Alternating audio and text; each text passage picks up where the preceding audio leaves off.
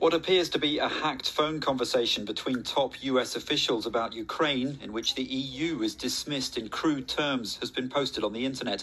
The comments are attributed to the US Assistant Secretary of State Karen Nuland, who met President Yanukovych and opposition leaders separately in Kiev on Thursday. The date and precise context of the recording are not known. Nuland and the US ambassador to Ukraine, Jeffrey Pyatt, discuss which of the country's opposition leaders they'd like to see in government, and they refer to getting the UN involved. So that would be great, I think, to help glue this thing and have the UN help glue it. And, the EU.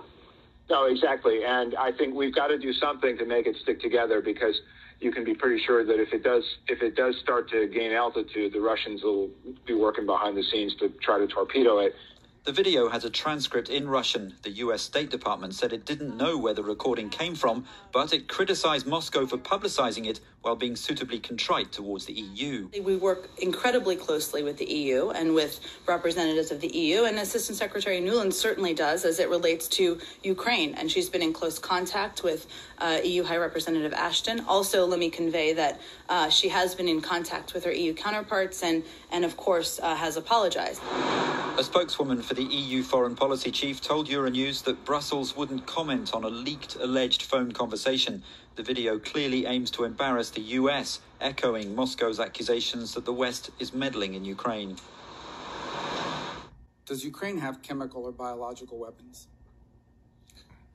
Ukraine has biological research facilities, which, in fact, we are now quite concerned Russian forces may be seeking to gain control of. So we are working with the Ukrainians on how they can prevent any of those research materials from falling into the hands of Russian forces should they approach. I'm sure you're aware that the Russian propaganda groups are already putting out there all kinds of information about how they've uncovered a plot by the Ukrainians to release biological weapons in the country and with NATO's coordination.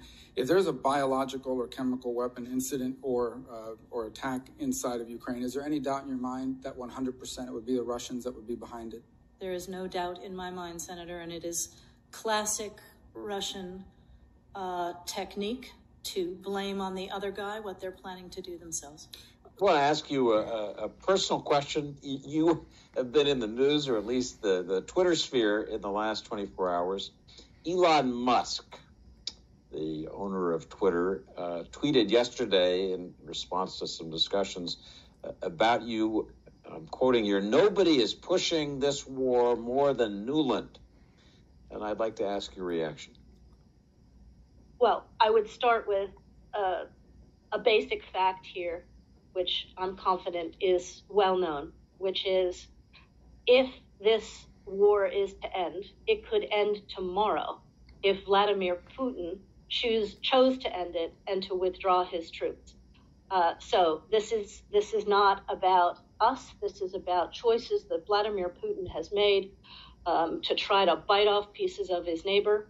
And if we allow this as the United States, if we don't support the victim in this aggression, then this aggression will be replicated all over the planet in the years to come. And, particularly folks with young children ought to be thinking about the future that they want to live in. America is hollowed out because of these insects. Her job was to help these insects suck out the juices from the former Soviet Union. And they were very successful in Ukraine, and that's why Ukraine is a shithole, a backwater, a broken nation. That's the reason. Because of her efforts, she assisted in the corruption. Because, of course, in order for corruption to work, you have to create the conditions of corruption. Pedro Escobar in Colombia, the famous drug lord, he had a saying, plomo o plata. To any corrupt official, he would send a little piece of paper, okay? And in the piece of paper, there's a little bundle. In the piece of paper, there'd be a bullet and a silver coin, okay? And the bullet is lead, plomo. Plomo means lead in Spanish. And the coin was a silver coin, which is in Spanish plata. Plomo o plata, the bullet or the coin. which is it going to be? That was Victoria Nuland's job, to make sure that it was the coin, the corruption, the grift. And they exploited Ukraine and they exploited the other countries for the benefit of American companies. And what happened, and what she started noticing probably, is that Putin was playing ball, but not quite really. And my guess, this is a guess, okay, it's pure speculation on my part. I think that, in this time, in the early 2000s into the mid and late 2000s, she wasn't paying that much attention to Putin because she got a lot of stuff on her plate all of a sudden because she became assistant to Dick Cheney in 2003. And she lasted there a couple of years before becoming U.S. ambassador to NATO in 2005 through 2008. And, during these times under Cheney, and then when Cheney put her in NATO, because he put her, it's not that she got kicked out or fired. No. She's too good of a suck-up to get fired. No. She was transferred over, eased into the NATO position. And it was all to mobilize support for regime change in Iraq, and support the Afghanistan occupation. She was pivotal in the support of the occupation of Afghanistan. And so, anyway, because of this probably distracted her from her main job, which was looking after the former Soviet Union, making sure that they remained as corrupt as possible. But Putin kind of slipped away, and my speculation is that she probably thought, oh, it's just some weird KGB shit, and let's just leave them alone and figure it out. But what he was really doing was easing out the really grotesque oligarchs and slowly bringing that down, see? Because that's clearly his goal. If you look at Putin and you read about him, you realize that he is an incredibly cynical man, cynical about absolutely everything except Russia as a concept, okay? And this is very common among great leaders, okay? I'm not talking about great leaders in a moral sense that he was a very good leader, in like he was righteous, okay? No, I'm saying great leader in terms of powerful, great leaders in terms of changing history. Because whatever you think of Putin, he is changing history, and you can't deny that, okay? He's a more world historical figure than, say, Joe Biden will ever be. Joe Biden is a puppet. He's a nothing. He's a pathetic old man. But Vladimir Putin, no, he's a world historical figure. And he is the man who prevented Russia from becoming Ukraine. But Victoria Nuland didn't notice this, okay? And so she was busy from 2003 to 2008 mobilizing support for regime change and all the rest of that shit, right? Now, what's interesting is that as U.S. ambassador to NATO, she would have been instrumental in pushing NATO right up to the border with Russia. She knew exactly what was going on. A woman with her background, not only in terms of her family, but also in terms of her education at Brown. Brown now is just a fucking joke. It's been a joke for 20 years, but back when she graduated, at least, it was still, some place to be taken seriously in terms of education. And there's no reason to think that she was not educated in the history of Russia, the history of NATO, and how sensitive Russia has always been historically to any great power encroaching on its border. And it's because of a function of geography, because Russia basically has no natural natural border with Western Europe. And that's why, the French and during Napoleon and the Germans under Hitler were able to advance so deep into Russia because there's no natural border, okay? There's no natural defense. Not like Switzerland, for instance, where you have the Alps. It's essentially a natural fortress, okay? It's impossible to conquer. Nobody will ever conquer Switzerland. But it's potentially easy to conquer Russia because there's nothing. It's just flat plains, okay, all the way to the Ural Mountains.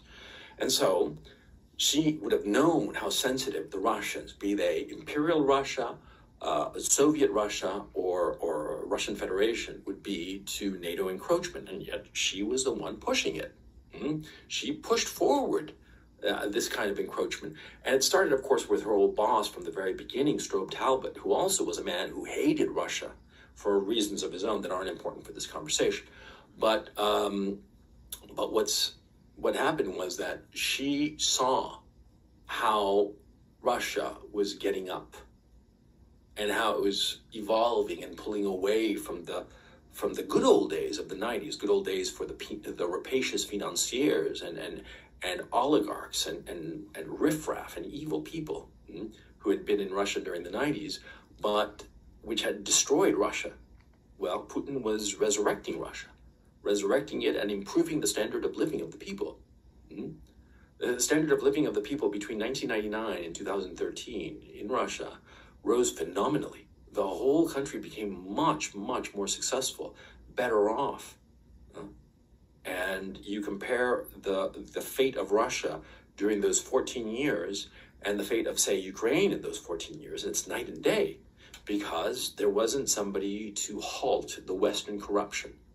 See, that's the difference. And that is the fundamental problem.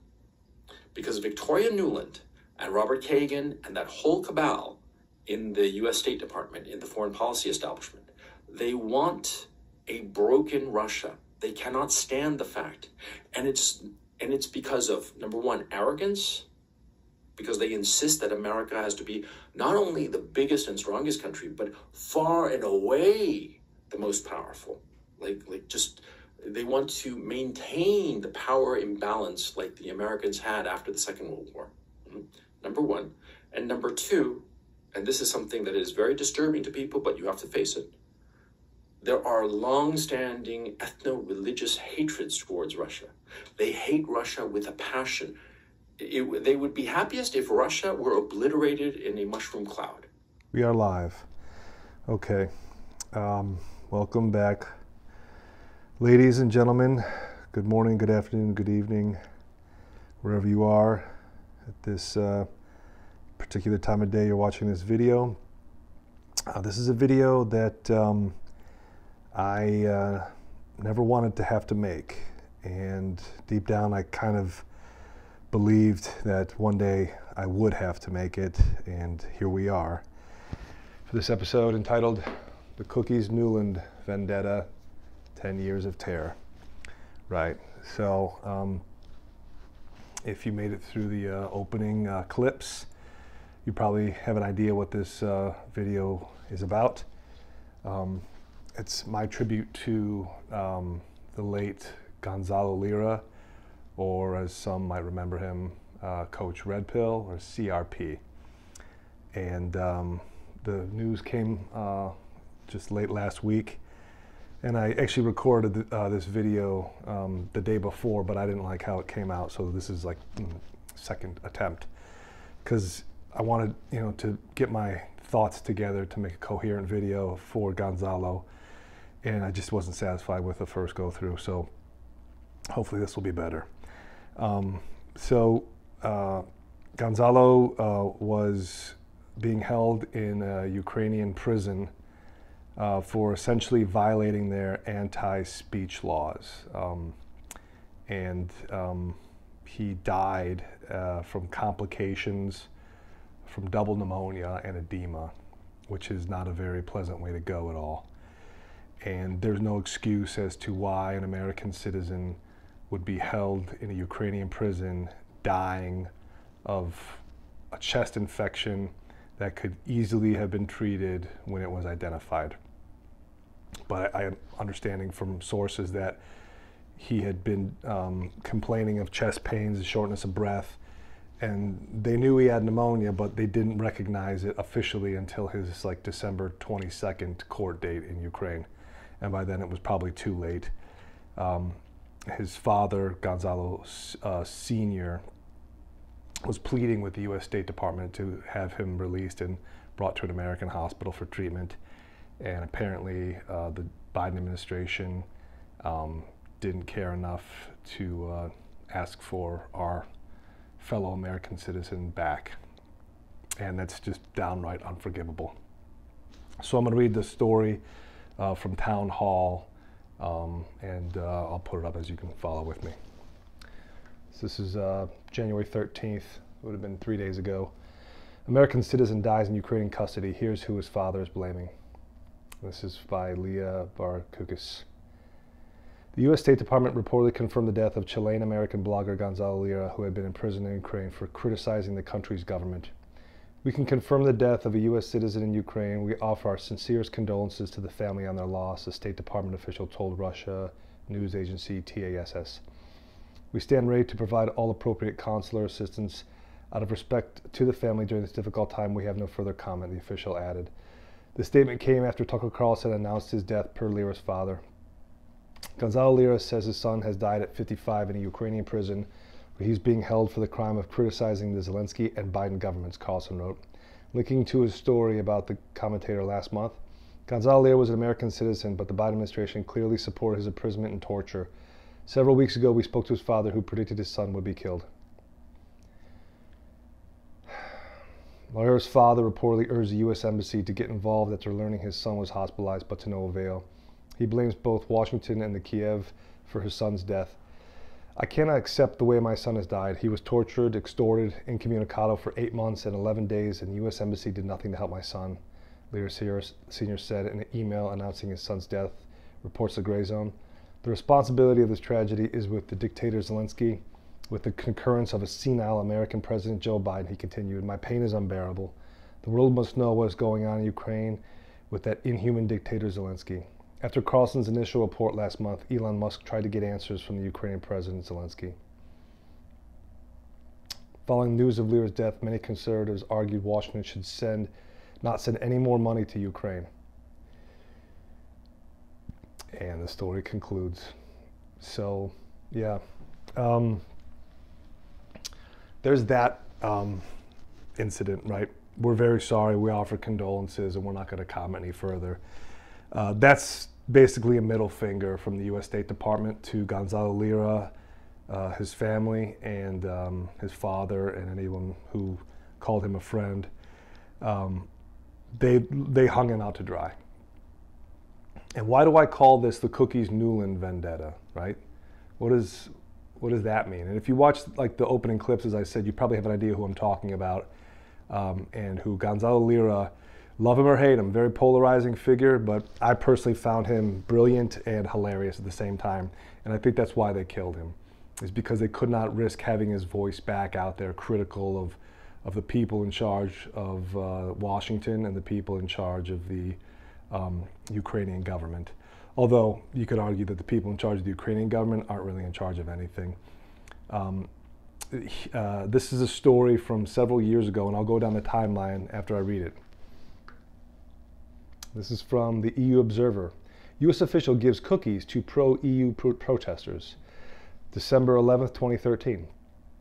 A senior U.S. State Department official, Victoria Nuland, handed out cookies to pro-EU protesters in central Kiev on Wednesday after meeting Ukraine's President Viktor Yanukovych. She said their conversation was tough and realistic.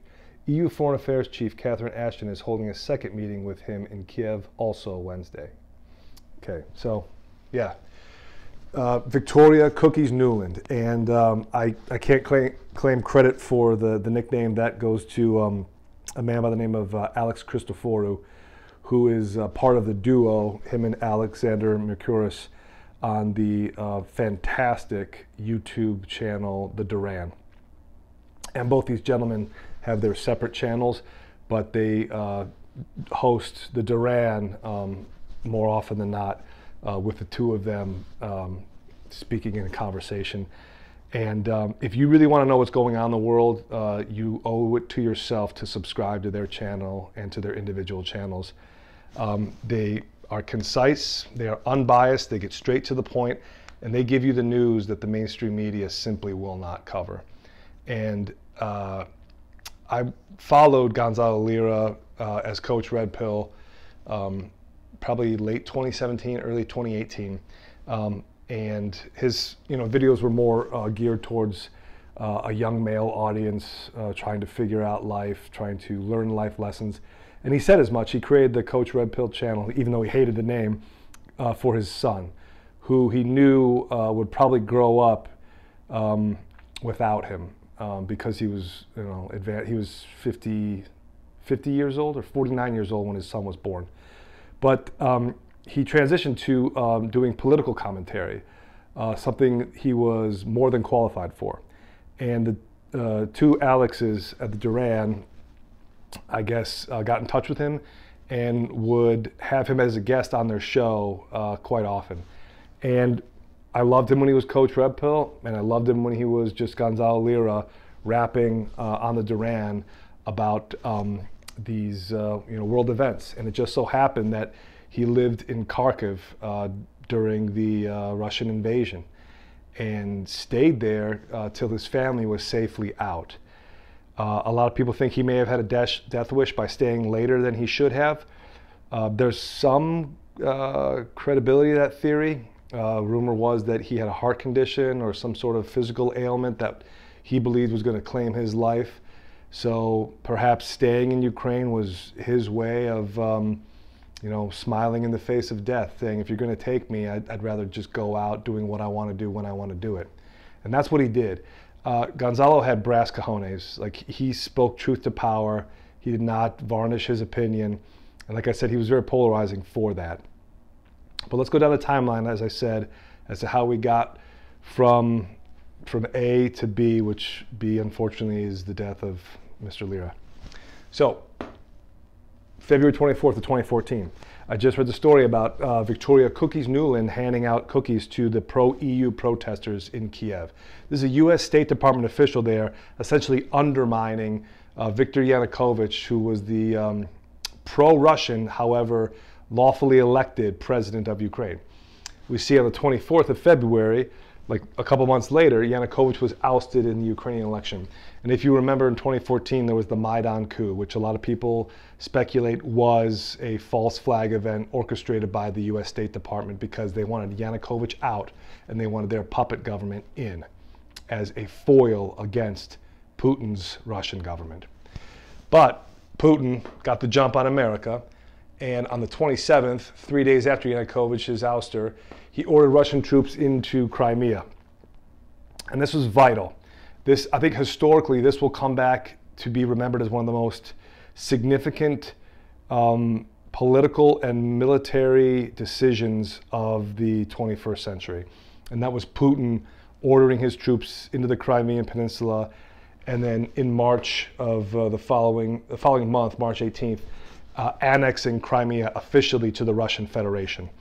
And that enabled Russia to keep a port in the Black Sea, because without it, had the Ukrainian military taken Crimea following Yanukovych's ouster, Putin would then have had to wage war in Crimea to get it back.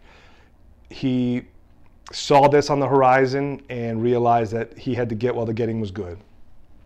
And this angered the Obama administration, and it angered Victoria Nuland, who had helped orchestrate the overthrow of Viktor Yanukovych.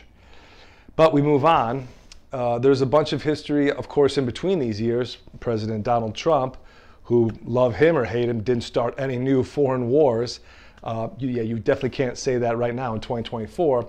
But we see that on the 20th of January 2021, Joe Biden, after getting 80 million legitimate votes, is inaugurated as the next president. And then what happens about a year after that? Putin orders a full-scale invasion of Ukraine, which their government calls a special military operation. And the special military operation, as Gonzalo said on his channel, is twofold: to protect the ethnic Russian people in the Donetsk and Luhansk regions of the Donbass, and then to demilitarize the Ukrainian military. That would be their air force, their armor, and their navy if they have anyone, and of course their infantry. Because he knew that the Biden administration coming in would start everything all over again with Victoria Nuland in the State Department for the United States. And he was not going to let the puppet government of the United States in Ukraine join NATO, bring NATO weapons into Ukraine, and park them off of the border of Russia. He was simply not going to let it happen. And if Russia was doing the same thing with, let's say, Canada, installing a puppet government in Canada, and then offering an alliance with them, and they would have access to Russian nuclear missiles, we simply wouldn't allow it. We would invade Canada. And that's what Putin did. And then a month later, in March of 2022, Ukraine decides to pass 14 anti-free speech laws. And these were the laws that Gonzalo Lira violated by exercising his First Amendment right on YouTube, which is the platform I'm speaking to you through right now. they passed 14 new laws that were anti-free speech. You couldn't say anything critical of the Ukrainian government. You couldn't say anything positive about the Russian government. You could not criticize the Ukrainian response to the Russian SMO, and you couldn't say anything justifying or glorifying or positive about the Russian special military operation. Basically, it was this: Ukraine good, Russia bad. If you step outside those lines, you're going to violate one of these anti-speech laws if you decide to speak your thoughts freely, which is ironically exactly what the Soviet Union did 45, 50 years ago.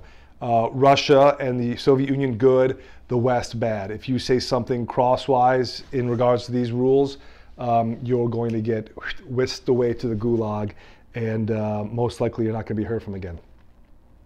So, as I said, Gonzalo violated these laws by speaking freely, as you saw in the opening clip.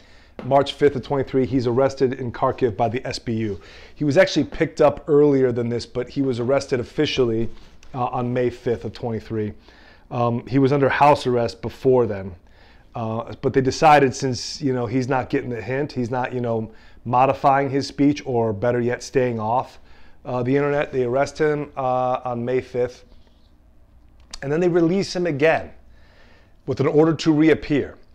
And he's given essentially the keys to his apartment. He had access to his motorcycle and his phone. And he posted that he was going to make a run for the Hungarian border and seek political asylum there, because he knew after this arrest in May that the Ukrainian government was not going to let him go, and the Biden government was not going to ask to have him returned. So he figured, I got to make a chance for it, and my best bet is Hungary. They're an EU nation, they're a NATO nation, and I got to see if I can make it into Hungary and maybe find out what I want to do after that, but get to safe ground. Unfortunately for Gonzalo, he was picked up before he crossed the border, rendered back to Kharkiv, and that's where he remained until he died. But before that, December 9th of 23, literally a month and a week ago, Elon Musk, of all people, tweeted about Lira to Tucker Carlson, of all people. And he asked Tucker Carlson, why are we giving Ukraine $100 billion in taxpayer money and they're allowed to detain a U.S. citizen? Just ask the question. And he tweeted this same tweet to Volodymyr Zelensky in Ukraine, who, of course, did not reply. And then we found out 5 days ago that Tucker Carlson heard from Gonzalo's father that he died in Ukrainian custody. But who didn't have a similar fate was Brittany Griner. And I'm going to read that story right now. This is CNN. This is back in December of 2022. And it says, WNBA star Brittany Griner released from Russia detention in prisoner swap for convicted arms dealer. And this is written by 5 different people. I guess, one person doesn't know how to write at CNN. But here we go. Washington. WNBA star Brittany Griner has been released from Russian detention, President Joe Biden said Thursday. Griner was released in a prisoner swap that involved Russian arms dealer Victor Bout. The exchange, however, did not include another American that the State Department has declared wrongfully detained, Paul Whelan. She's safe, she's on a plane, she's on her way home, Biden said the White House Thursday morning alongside Griner's wife, Sherelle. After months of being unjustly detained in Russia, held under intolerable circumstances, Brittany will soon be back in the arms of her loved ones, and she should have been there all along. Biden acknowledged that Griner's release was occurring while Whelan remained in prison, saying that Whelan's family have to have such mixed emotions today. This is not a choice of which American to bring home, Biden said.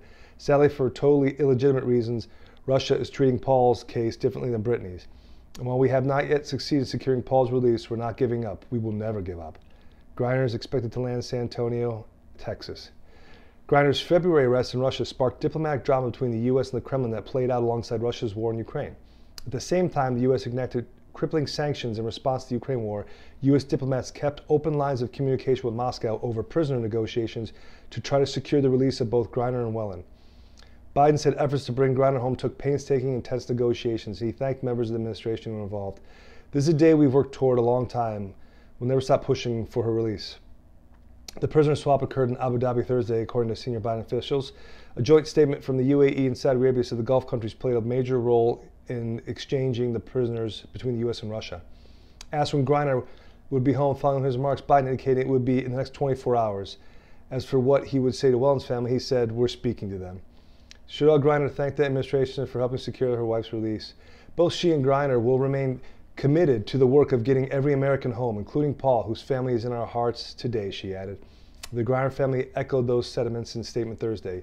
"We sincerely thank you for all the kind words, thoughts, and prayers, including Paul and the Whelan family, who have been generous with their support for Brittany and our family during what is now a heartbreaking time." The family said that we pray for Paul and for the swift, safe return of all wrongfully detained Americans. Okay, I'm going to stop reading that bullcrap right there. Yeah, I'm sure Brittany Garner and her wife are really broke up about Paul Whelan and the death of Gonzalo Lira.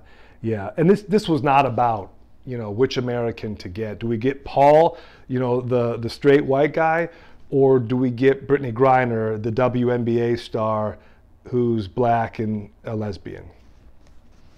Yeah. Okay, we're going to get Griner back. Okay, well, the Russians want Victor Bout, a convicted arms dealer, in exchange. And the U.S. government said sure. And she was on a plane, exchanged in Abu Dhabi, and back in the States in 24 hours. This is with Russia, okay? We're waging a proxy war against this country. We're trying to sanction them and try to cripple their economy, and they still moved heaven and earth to get her out of Russia for, I believe, bringing weed into the country, which was just stupid. I'm sure every single person in the WNBA who gave them a country brief said, listen, this is not the United States. You do not have the same rights that you have in America. For instance, if you're caught by the police with any kind of narcotic or illegal substance on you, you will go to jail, and it will be for years. And she still did it. And the United States government, via Joe Biden, got her back. And all it cost us was a convicted arms dealer who may have sold weapons to people that ended up killing, untold number. But for Gonzalo Lira, a U.S. citizen who was in Ukrainian custody, a country that needed our aid to keep waging this war against Russia, they couldn't even bother to give a phone call. And that's why I don't believe this was accidental. This was, we tried to work it out, our sincere condolences. I think the U.S. government, because of Gonzalo's speech, said to the Ukrainian government, yeah, do what you want with that guy. Just don't make it public. Don't put him up against a wall and then live stream it. Just see to it that, he goes away. Whether you want to imprison him or maybe, the prisoners he's in the general population with rough him up and he dies of his injuries, so be it. I think that's what went down. And this is incredible, because it means that the Biden administration and this government now don't care that you're one of them, an American citizen. If they dislike you or you say something that they find uncomfortable, like it hits too close to home, you told one too many truths, they'll abandon you. And that used to never happen. Your U.S. passport used to literally be a gold card, which means if you were anywhere in the world, you could flee to the U.S. Embassy or even ask for help, a local authority. I'm an American citizen, I have to get out of the country. They would get you back. Unless you committed murder or you robbed a bank or did something insane or violated international law. If you did something that would more or less be a misdemeanor in the United States, or even sometimes a felony, but they would negotiate and get you home. And you could rely on that. It was the same time in the Roman era, in the Roman times. There's a story, I think in New Testament, Saul, who became St. Paul later on. He was jumped by a bunch of bandits on his way to a town in Judea. And he was tied up with his friends, and these bandits were going through their things. And I think they found letters in St. Paul's travel bag, and it was written in Latin. And they found, Roman currency on him, dinars or whatever. And they talked amongst themselves, and they walked over, stood Paul up, cut his ropes, and said, go on, get out of here. And he asked about his friends. They said, well, they're not Roman citizens for all we know. So the Romans would go after people who went after their citizens. And these bandits knew that. They were going to hold the other guys for ransom or whatever, or trade them or sell them into slavery. But when they, thought Paul might have been a Roman citizen, they said, this guy's going to be too much trouble to keep, get rid of him. Cut him loose, because the Romans will send a garrison after us. That used to be the way it was being an American citizen. People did not screw with you, right? If you were an American citizen, the worst they would do is drive you to the airport, and a police officer would march you onto the plane, and you'd be back in the States, and they would just, call it even. But not for Gonzalo. The Ukrainian government, our ally, kept him in prison and in conditions where he developed double lung pneumonia and died from it. That's a hit. And it reminds me of this famous scene in The Count of Monte Cristo, which is one of my favorite books. It's when Edmond Dantes is arrested, like wrongfully. He was smuggling a note from Napoleon, and it turns out that the note was meant for the chief prosecutor's father, who was once a loyalist to Napoleon. The prosecutor reads the letter, finds out who it's meant for, and instead of, doing the right thing, he decides to send Dantes to Chateau d'If, which is their political prison. And the scene is when Dantes arrives, he meets the warden. And the warden says, welcome, young Dantes. And Edmund's still very naive, and he says, sir, there's been a terrible mistake. Like, I'm wrongfully arrested. I'm innocent. You have to send word to Marseille. And the warden looks at him and says, yes, I know. And the other jailers laugh. And Dantes is, a young man. He's looking at the ground in pain. He says, why do you mock me? And the warden says, I don't mock you. I believe you. I know you're innocent. Why else would you be here? There are 100 different prisons in France they could have sent you, but instead they sent you to Chateau d'If. They sent you here to me.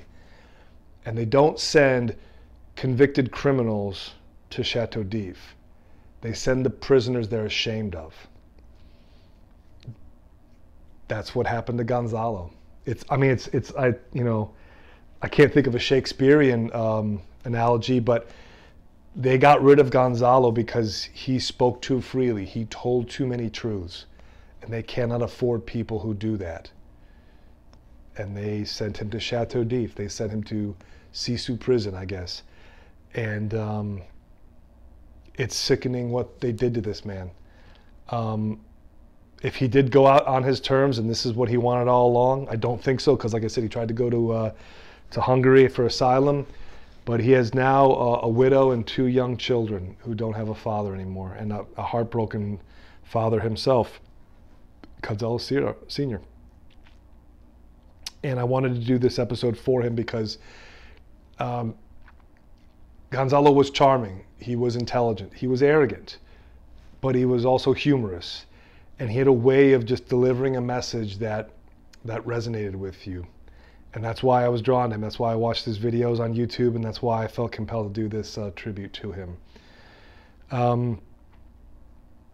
I don't know what else to say about it. It's really ugly. And there's this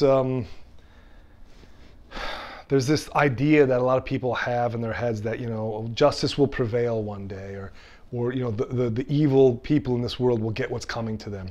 And a lot of times that's true, and a lot of times it's not. The world is a very unkind, unfair place, and it was unfair to him. And I'd like to say that, well, when Russia wins this war, they're going to find out what happened to Gonzalo, they're going to find out who was responsible, and then those people are going to be shown a damp, dark cell, and then they're going to rot in there the way he did. I want to believe that's going to happen, but I know that that's wishful thinking. And a lot of times, evil people do bad things to good people and get away with it. And I hope I'm wrong about that, but time will tell. All right. I appreciate you hanging around for this video. I normally just talk about topics.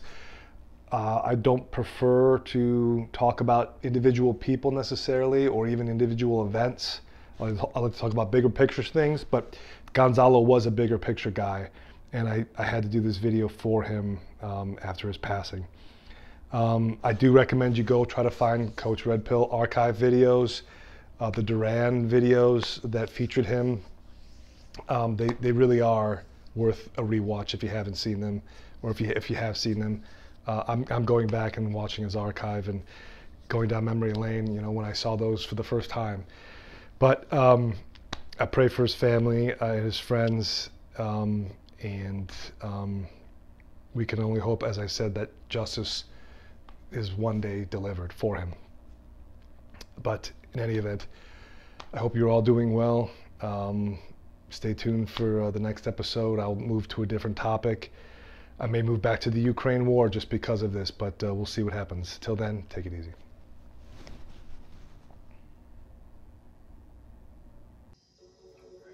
Yeah. Oscar with the Gray Zone. So back in May, I asked you about Gonzalo Lira. He was the U.S. citizen arrested in Ukraine for posting dissident content online, and you told me the State Department was aware of his arrest in May. And we learned last night through a series of tweets by him that he had been tortured in the Ukrainian prison, and he was now on a motorcycle with a broken rib trying to flee to the Hungarian border. And so I'm wondering, you know, if this is true, given the State Department knew of his arrest and his detention, how has this been allowed to occur? We have a U.S. citizen being detained and perhaps tortured in the prison of one of our strongest allies. Well, you lost me with the perhaps and the if this is true. I think I'd want to verify those reports before I commented on them. Alex, go ahead. Alex, go ahead. Is the State Department investigating? I just want to verify anything before I comment. Go ahead, Alex. It's, well, look. On February 27th or 28th, I think it was the 28th, I'm not sure, I forgot. February 27th, 28th of 2010, I lived through the Great Chilean earthquake. It was an 8.8 earthquake. And I happened to be on the 15th floor. My apartment was on the 15th floor. And it was spectacular. My building moved around from side to side, you know, like 3 meters off axis one way and 1.5 meters roughly on the other, and this elliptical swinging around. And I thought that the building was going to collapse and I was going to die. And of course it didn't, thank goodness. But that was the moment that I learned fatalism. But there are some things that are simply beyond your control, and you have to live through them. And you have to just go forward. And there's nothing you can do. Everything is beyond your control. You know? And we fool ourselves thinking that we can control everything. And that causes so much anguish for no reason. We worry, we think this, that, the other. But you have to recognize when you have actual control over some situation and when that control is beyond you. And there is absolutely nothing that you can do. Nothing that you can do except move forward. So either I will cross the border into Hungary in the next couple of hours, or I will be arrested again, and God knows what will happen to me. So if I post again, here on the video and on Twitter, then you know that I made it. And if I don't, then you know that I didn't. And I would ask you humbly that if you don't hear from me again, anybody and everybody who's watching this video, please raise a ruckus, raise a fuss. Because ultimately, you know, as you can see in the indictment that I posted on Twitter, all of the pages are there. You can read it for yourself in Ukrainian and in English. The charges against me are just because of my opinion about this conflict. I did no harm to anyone. And they arrested me because they wanted to have on the nightly news a short little video of how they are fighting the propagandists. That's it. That's why they arrested me. The extortion stuff that I discussed, that happened later when they realized that I wasn't a poor schmuck. Mm-hmm. But the start of the genesis of this whole situation is because I had an opinion that went against the narrative. And that's why I went to prison. And that's why, if I'm arrested again, I will die in prison. So I ask you, please, as many people as possible, the American State Department knows exactly who I am and the situation I'm currently involved in. And they know the fate that awaits me. They know it.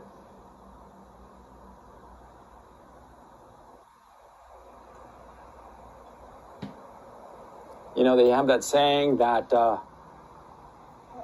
I forget the wording exactly. You know, I'm a little stressed out, as you can imagine. But they have that saying that people are fundamentally good, but for evil to triumph, all you need is the indifference of good people. Please don't be indifferent to my fate. I ask you this very humbly. Please recognize that, well, the literal death that awaits me if this doesn't work out.